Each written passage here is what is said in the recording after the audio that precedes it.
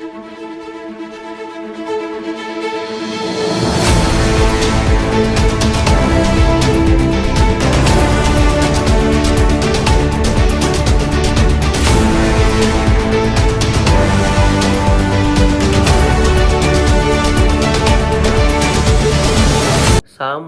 warahmatullahi wabarakatuh. Sampurasun pemirsa, wilujeng suatan deui dugi deui dina pidangan warta bahasa Sunda. Dina dieu abdi bakal ngadugikeun warta anu keur ramai dibahas di masyarakat ngeunaan maotna salah sahiji siswa SMA di Kota Bandung.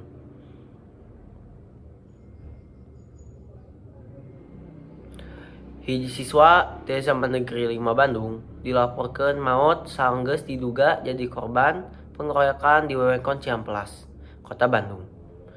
Kajadian ieu dipiki nyaho kejadian dina waktu penting nepi ka isuk poe.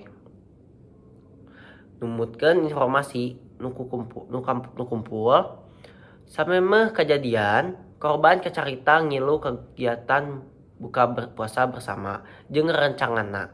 Sanggeus eta korban balik sarta di tengah jalan diduga kena serangan ti sakelompok jalama.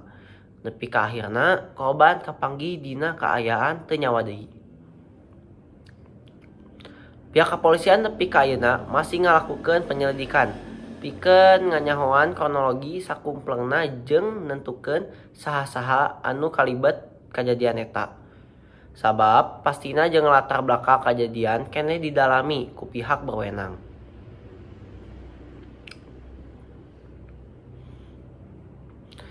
Sajabati eta, pihak sakola jeung sababaraha lembaga oge nganjurkeun ka masyarakat supaya teu gampang kapengaruh ku informasi anu can jelas kabeneranana jeung nganunggu hasil resmi ti pihak kepolisian.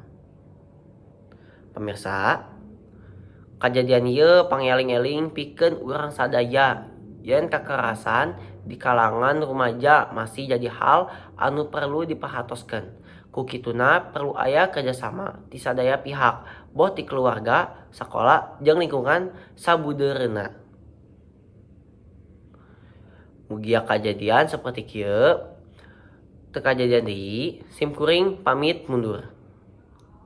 Wassalamualaikum warahmatullahi wabarakatuh.